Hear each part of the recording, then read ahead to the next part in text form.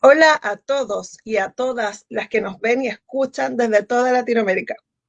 Mi nombre es Tania Jovanovic y como todos los jueves a las 17 horas hora Chile, en este programa llamado Liderando la Transformación, conversamos junto a nuestros invitados e invitadas temas como liderazgo femenino y equidad de género, Objetivo de Desarrollo Sostenible, los ODS de la ONU, emprendimientos transformadores, transformación digital y ética y otros temas relevantes en inteligencia artificial.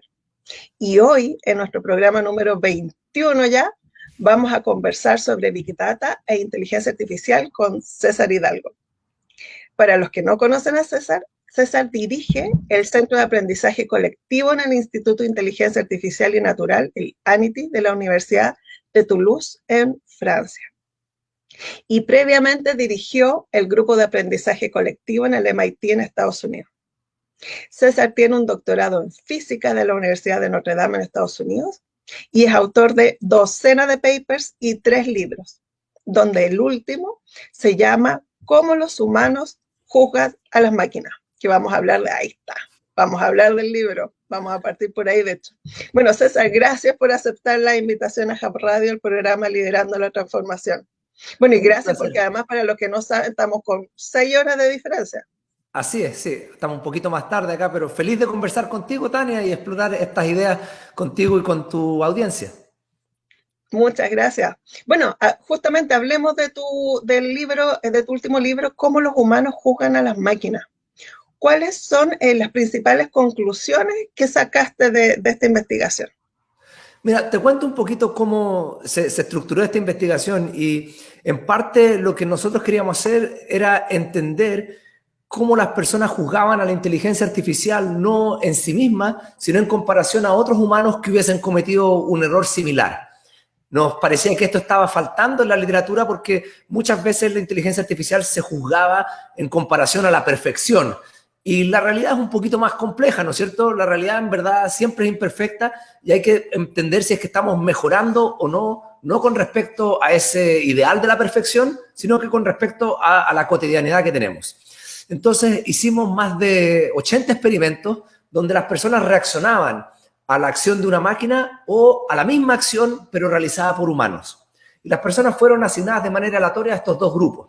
Y eso nos permite comparar y ver cómo es que las personas juzgan las máquinas en comparación a los humanos. Ahora, ¿qué aprendimos? El principal resultado es de que usamos un modelo moral distinto para juzgar a las máquinas y a los humanos. A las máquinas las juzgamos desde una perspectiva que es muy consecuencialista. Es decir, que lo que nos importa más que nada es el resultado de la acción.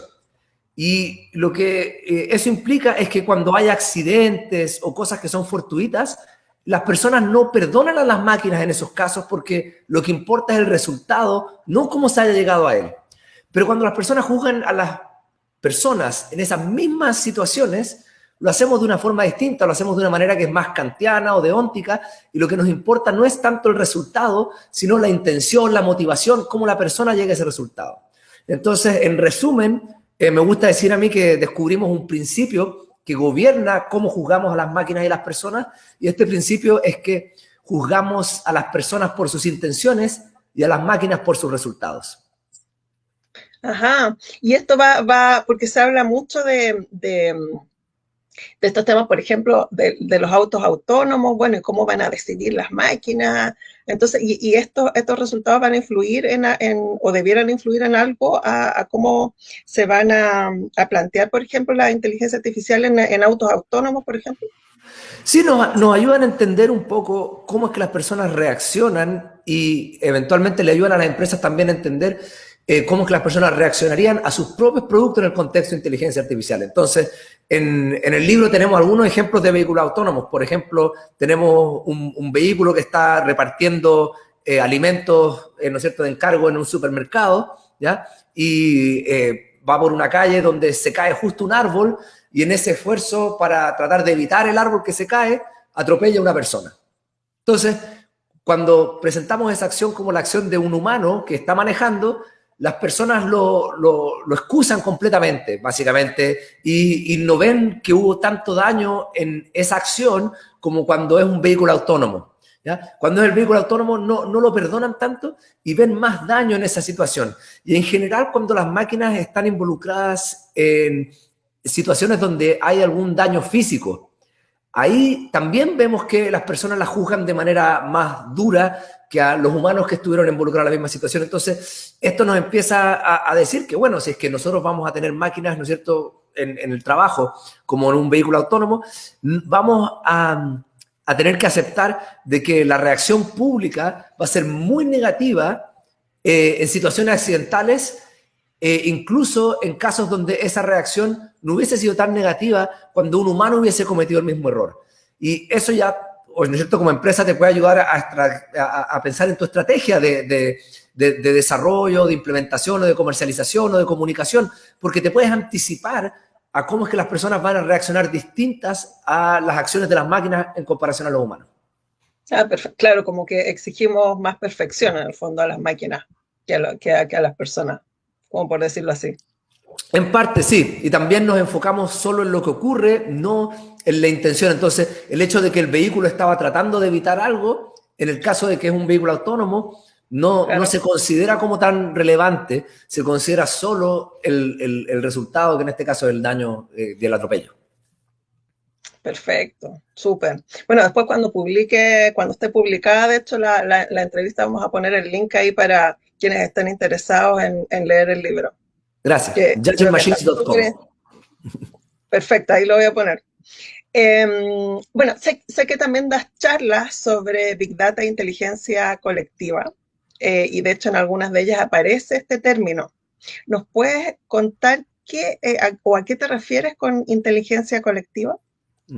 Mira, la inteligencia colectiva es una idea que no es nueva, pero que es una idea que creo que ha ido tomando fuerza porque a medida que las sociedades se educan, que la tecnología crece, nos empezamos a dar cuenta que un poco el problema no es tener gente educada o tener acceso a capital o tener acceso a tecnología, sino que realmente es esta inteligencia que ocurre a una escala mayor, a la escala de los equipos, a la escala de las organizaciones, a la escala de los países. Y si no tenemos esa inteligencia colectiva, básicamente toda esa educación, toda esa tecnología no nos sirve tanto. Entonces, ¿qué es la inteligencia colectiva? La inteligencia colectiva es básicamente cuando un grupo de personas, por la manera en la que ésta interactúa, es capaz de ser exitoso en muchas tareas distintas. Entonces, es una analogía a la inteligencia humana. La inteligencia humana, básicamente, esta idea del coeficiente intelectual, nace de evaluar a personas en tareas muy distintas y darse cuenta de que hay un cierto factor común que explica que las personas que son buenas a una tarea son buenas también para otras tareas. Entonces, que hay una cierta como inteligencia general que implica que los que son buenos para matemáticas también quizás son buenos para escribir y tienen facilidades para otras cosas. Y ese factor común es lo que nosotros llamamos inteligencia a nivel de individuo. A nivel colectivo también tú puedes formar equipos que son buenos para distintas tareas. Y ese factor común, esa capacidad de ser bueno para una tarea y para otra, a pesar de que las tareas sean distintas, es lo que llamamos inteligencia colectiva. Ahora, ¿cómo se promueve? ¿De qué depende? ¿Cómo la hacemos crecer? ¿Qué es lo que la hace fallar? Son todas cosas que hoy en día se investigan y que son bastante interesantes porque nos ayudan a entender un poco cómo hacemos que los equipos sean más exitosos y que sean capaces de aprender, de lograr los objetivos que queremos lograr. Entonces es un área que a mí me parece interesante y espero que a tu audiencia también. Perfecto. ¿Y cómo la relacionamos con la inteligencia artificial? La inteligencia artificial en este caso podemos pensar que es una de las componentes de los equipos que hoy en día formamos y que puede ayudar a mejorar la inteligencia colectiva del equipo o no. Porque un poco la gracia de pensar en los equipos en términos de inteligencia colectiva es que esta inteligencia no es simplemente la suma de las capacidades individuales. De hecho, tú puedes tener un equipo donde todas las personas son muy capaces, son muy inteligentes, pero todos saben de lo mismo, todos tienen un ego muy grande y no saben colaborar, y el equipo puede ser de manera colectiva muy poco inteligente. Y uno puede tener otros equipos que quizás a nivel individual no son tan capaces, ¿ya?, pero que de manera colectiva saben jugar muy bien. La gente que ve deportes se da cuenta que realmente hay equipos que saben jugar muy bien juntos, y eso es por así decirlo, una expresión en ese caso de esa como inteligencia colectiva que va más allá del talento individual. Entonces la inteligencia artificial es una nueva componente que podemos añadir a los equipos. Y hay gente que ha hecho experimentos en ese contexto, que por ejemplo hacen equipos de personas que participan en experimentos online y en esos experimentos suman actores de inteligencia artificial que, por ejemplo, que son porfiados y que insisten en alguna cosa o que siempre están de acuerdo con la mayoría y tratan de ver cómo es que esa inyección de estos agentes de inteligencia artificial adicionales cambia la capacidad de los equipos de llegar a estos objetivos exitosos. Buenísimo, muchas gracias por la aclaración. En otra entrevista, estuve investigando entrevistas tuyas, indicaste que la prosperidad depende de nuestra capacidad de generar información. Pero ¿cómo pueden hacer esto las pymes, pequeños empresarios o emprendedores? O sea, ¿cómo se pueden beneficiar de la data?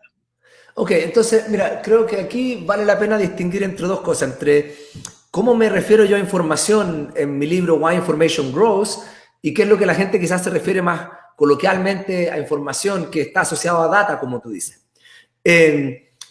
Si es que uno lo ve desde un punto de vista más académico, científico o basado en la física, el universo está hecho como de tres cosas. La materia, que son las cosas como que podemos tocar, ¿ya? La energía o el momentum, que es el movimiento entre las cosas, y la información, que es cómo están ordenadas las cosas. Entonces, por ejemplo, si yo tomo un mazo de cartas, ¿ya? Cuando yo esas cartas las cambio de orden, no estoy cambiando la materia, ¿no es cierto? El mazo pesa lo mismo. No estoy cambiando necesariamente la energía, ¿no es cierto? La energía potencial que tiene el mazo, por ejemplo, que está arriba de la mesa, con respecto al suelo es la misma, pero estoy cambiando algo. ¿Qué es ese algo? Bueno, estoy cambiando el orden, estoy cambiando la información. Entonces, la información, de hecho, es algo mucho más general que los datos. Hoy en día usamos técnicas en las que codificamos información para comunicarnos a grandes distancias, ¿no es cierto? Ponemos información en pulsos de luz para mandarlos a través de cables por debajo del océano y comunicarnos por internet, ¿ya? Pero también cuando uno ve un objeto como por ejemplo un automóvil, bueno, un automóvil es muy distinto que a esos mismos minerales cuando uno los encuentra en la tierra, en la montaña, ¿ya? Bueno, ese proceso de transformación en donde esos átomos se organizan y se arreglan es un proceso donde se está generando mucha información, ¿ya? Es un proceso básicamente que reduce la entropía de un sistema desde un punto de vista termodinámico, ¿no es cierto? Un auto tiene menor entropía, ¿ya?, que un auto despedazado. Entonces, en ese contexto, a lo que me refiero en ese libro es que realmente lo que nosotros vamos haciendo en la sociedad de distintas maneras es generando esta información que la metemos en productos, que la metemos en procesos, que la metemos en actos de comunicación y eventualmente eso es lo que transamos. Pero es muy difícil explicar la riqueza sin esa capacidad de generar información porque como cualquier empresario sabe, yo también tengo una empresa, el sueño de llegar al producto es un sueño que todos tienen que tener porque es la única manera de ser escalable, ¿ya? Esa capacidad de generar un producto es la única manera de tener algo como de un costo marginal bajo que tú puedas realmente distribuir a muchas personas y realmente empezar a escalar como empresa. O si no, si es que tú no tienes un producto, si tú no tienes servicio, mientras más clientes tienes, más empleados tienes que tener para que provean ese servicio y la escalabilidad es muy distinta. Entonces, es esta capacidad de realmente hacer estos paquetes de información, o incluso en el libro yo hablo de paquetes de imaginación, es lo que realmente genera la riqueza. Y este paquete de imaginación, ¿no es cierto?, puede ser una película de 2 horas que Disney hace, donde trabaja mucha gente, pero una vez que esa película está hecha, ¿cierto?, son cientos de millones de personas que las consumen y cientos de millones de dólares que se generan de ingresos por el consumo de ese paquete de información. O puede ser la producción, ¿cierto?, de un libro, que uno se demora mucho en escribir, pero después el costo marginal de imprimirlo es bastante bajo. O pueden ser cualquier tipo de producto que tenga esa capacidad de reproducir un paquete de orden, ¿ya?, que uno cristaliza en ciertos átomos que uno es capaz de compartir. Y a eso me refiero. No es tanto sobre el uso de la data. El uso de la data puede ayudar a la inteligencia colectiva, puede ayudar a tomar mejores decisiones en los procesos, también puede tener problemas en sí mismo, pero me refiero más a la información desde un aspecto más general, termodinámico. Cuando pensamos en que los objetos, así como este micrófono, realmente tuvieron que ser imaginados antes de ser construidos, y este es un pedacito de imaginación que alguien hizo realidad y que al hacerlo realidad fue capaz de generar esa riqueza porque hizo que esa imaginación y los usos prácticos de ella sean reproducibles. Buenísimo, buenísima la aclaración. Bueno, vamos a aprovechar de hacer un alto para saludar.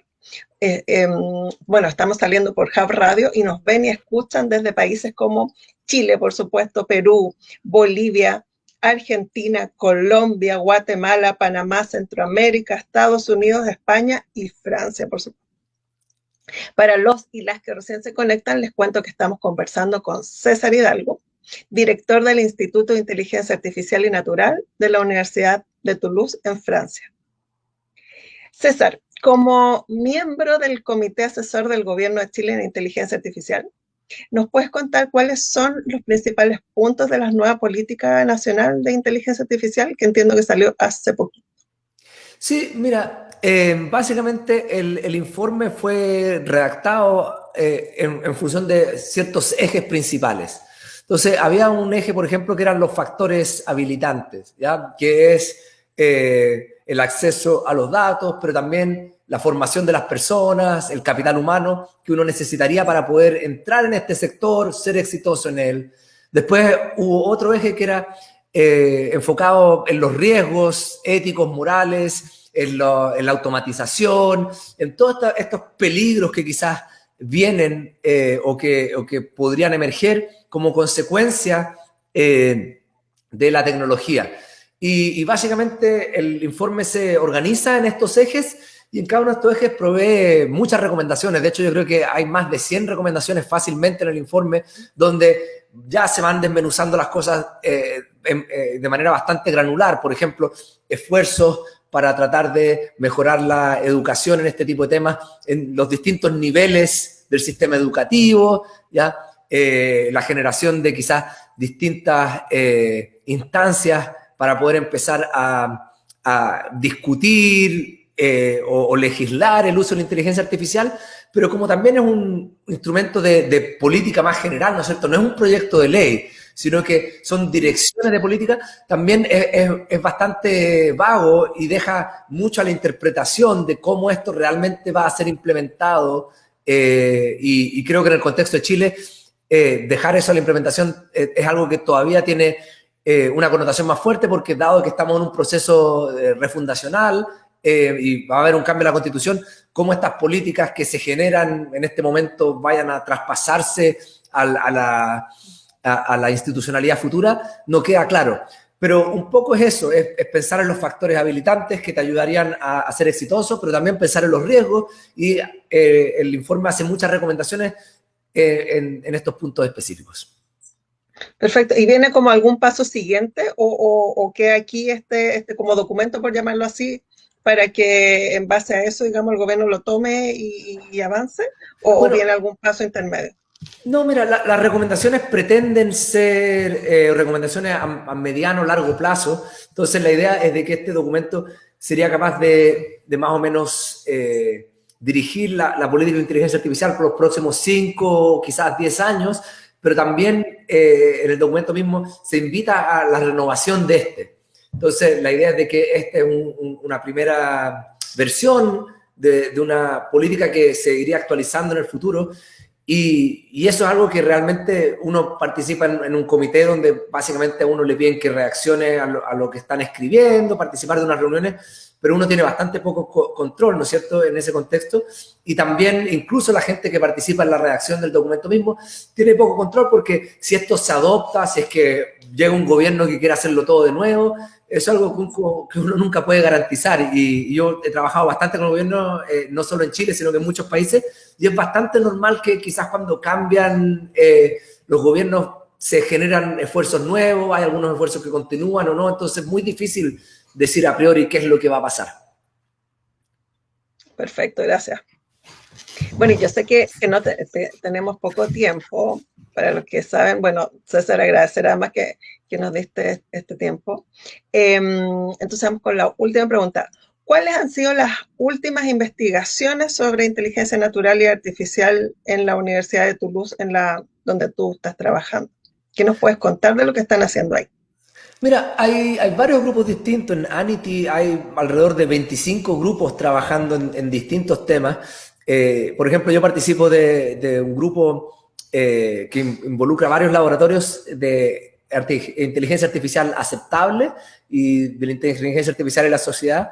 Por ejemplo, tengo un colega, Jean-François Bonnefond, que ha hecho muchos estudios sobre los vehículos autónomos, pero ahora también, dado que ha recolectado data por varios años, está viendo cómo es que la inteligencia artificial y las actitudes que las personas tienen con respecto a ella va cambiando en el espacio y en el tiempo, ¿no es cierto?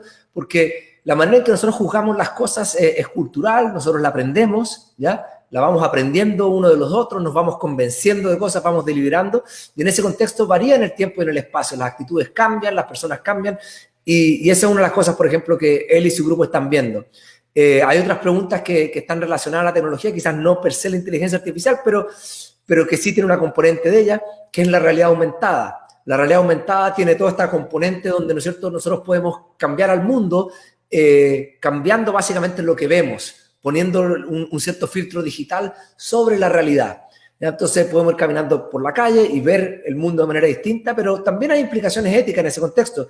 Imagínate que podrías tener unos lentes donde tú nunca ves a una persona indigente. ¿Ya? Bueno, ¿sería permisible eso? ¿No sería permisible? ¿Ya? También puedes tener, imagínate, tienes un doctor que tiene que darle muchas malas noticias a personas, ¿ya? Y eso puede ser muy devastador para el doctor mismo, ¿ya?